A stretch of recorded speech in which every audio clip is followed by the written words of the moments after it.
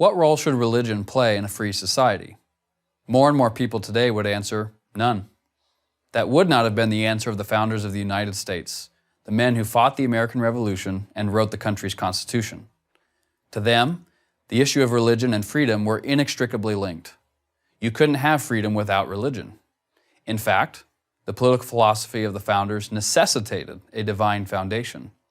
Thomas Jefferson makes this clear in the Declaration of Independence when he writes that all men are endowed by their Creator with certain unalienable rights.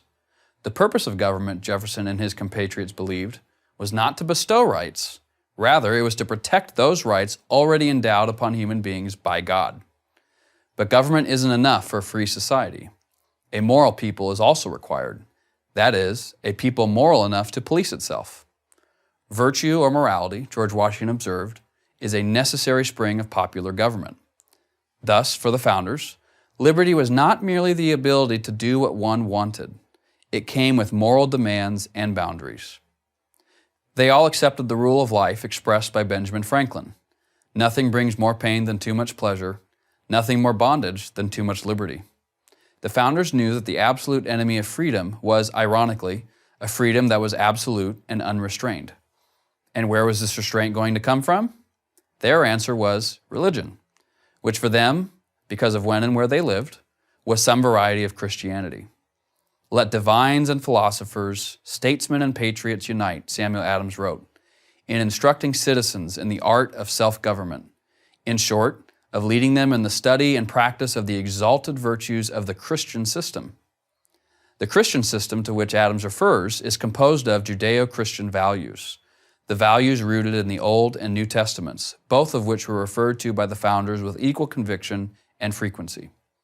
Jefferson, yes, the very same Thomas Jefferson who is so often portrayed as anti-religious, confirmed this sentiment in his notes on the state of Virginia, when he asked, "Can the liberties of a nation be thought secure when we have removed their only firm basis, a conviction in the minds of the people that these liberties are the gift of God, and that they are not to be violated but with His wrath?" James Madison likewise affirmed the essential connection between religion and morality. The belief in a God all-powerful, wise, and good is essential to the moral order of the world and to the happiness of man. John Adams believed that the doctrine of a supreme, intelligent, wise, almighty sovereign of the universe, a doctrine he credited to Judaism, was the great essential principle of all morality and consequently of all civilization. And he applied this thinking specifically to the new nation he helped to create. Our Constitution, he said, was made only for a moral and religious people. It is wholly inadequate to the government of any other. As president, he replied to a letter from university students in a way that would surprise many today. Science, liberty, and religion have an inseparable union. Without their joint influence, no society can be great, flourishing, or happy. Meanwhile, another founder, Alexander Hamilton, looked at the French Revolution and saw something much different. That revolution, unlike the American Revolution, had devolved into violence and chaos.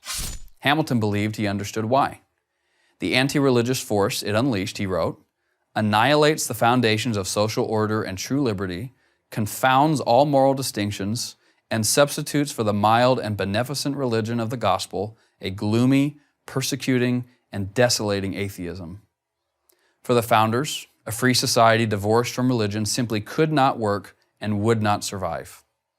It is no wonder then that in his farewell address, George Washington chastised those who would claim to be patriots and yet undermine the influence of religion. Of all the dispositions and habits which lead to political prosperity, religion and morality are indispensable supports.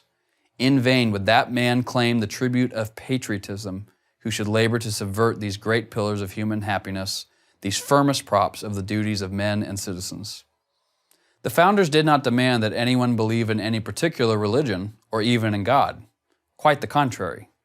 But while they understood the value of a secular government, they feared a secular society, one without religion. So should we. I'm Joshua Charles, writer and researcher at the Museum of the Bible for Prager University.